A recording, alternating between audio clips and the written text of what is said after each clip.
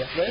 All right, now to the other side of the aisle. Hillary Clinton is dodging accusations she held private meetings with Clinton Foundation donors during her time as Secretary of State as an exchange for their donations.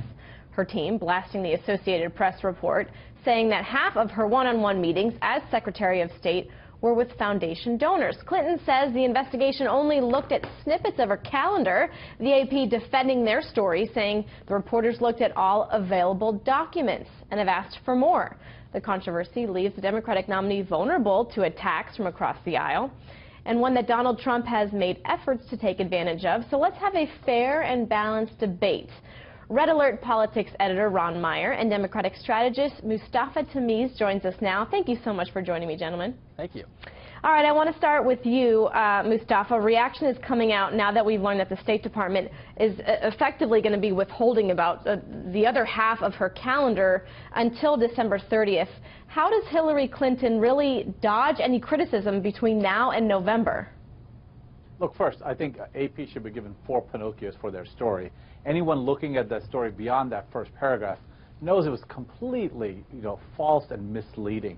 When you look at 153 people, any Secretary of State, Hillary Clinton or otherwise, in 2 years, they've seen over 1,000 folks. So it was a wrong story.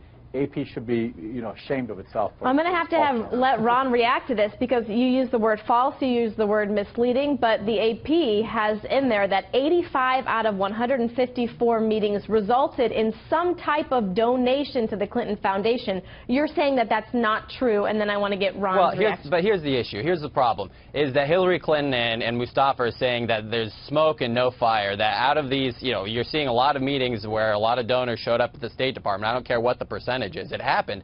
You're saying that there's all smoke and no fire. Here's the problem. Julian Assange is coming out and saying, hey, maybe I do have the fire and we have more stuff to release.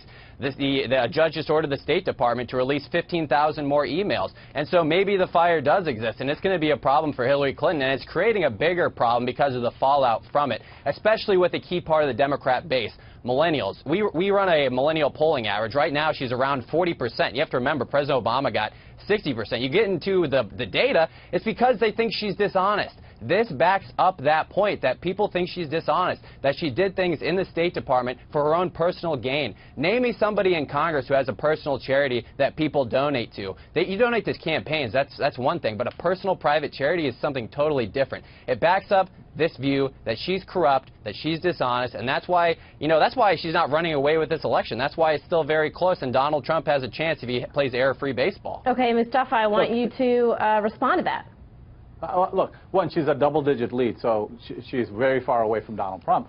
But look at the evidence that they pointed out. They said there was a meeting with Muhammad Yunus, who's a Nobel Prize winner, who founded modern, micro-lending across the world, and they said there was a meeting with a banker and a donor. This is ridiculous, and once you read beyond that first paragraph of AP, you realize it. And I think that, again, I think AP should be ashamed, and I know they're rolling back their story quite a bit from what they initially started. But getting back to the other part, Hillary Clinton has been working on this her entire career. The charity, they've not taken any money from it, personal money from the charity.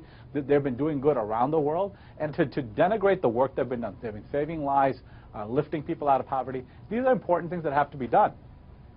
Okay. So you're saying the fact that Hillary Clinton, under her State Department rule, Bill Clinton got $5 million from a for-profit college. You're saying that that money was free and clear, right? So now she's saying, former president of the United States.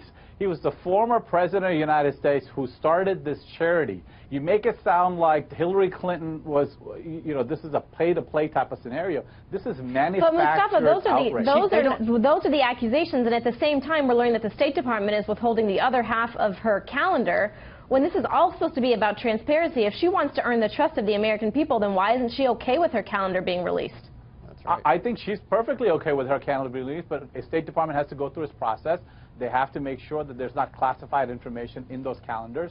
Those meetings affect people that are representing our government around the world, and we want to roll their names out. So now they care about classified information in Hillary Clinton. Now they do, right? Nothing mattered when she had her own private email server, but now they're coming to make sure. And we say, and hold on, can I, as soon as possible. Okay, Ron, you can have the last word, and then we have to wrap it up. Thank you. Okay, this is why Jason Chaffetz is saying when he's getting documents from the State Department, most of the stuff's been redacted. Stuff from the FBI has been redacted. Here's the issue. You know, Mustafa, you might be one of the 1 in 3 Americans that think she's honest. 33%. That's not very much. And here's the thing, is that, you know what, Donald Trump is staying closer in the race, and because of this issue. It's because people don't think she's dishonest. And it's a really sad state for American politics when it's a race to see who's either disliked or distrusted the most. It's a sad state of American politics. She should be above this if she really thinks she's going to be the next president of the United States. Ron, Mustafa, I wish we had more time. I'm going to have to close. wrap it up. Thank you so much for joining us, gentlemen. We appreciate it. I hope we continue this conversation.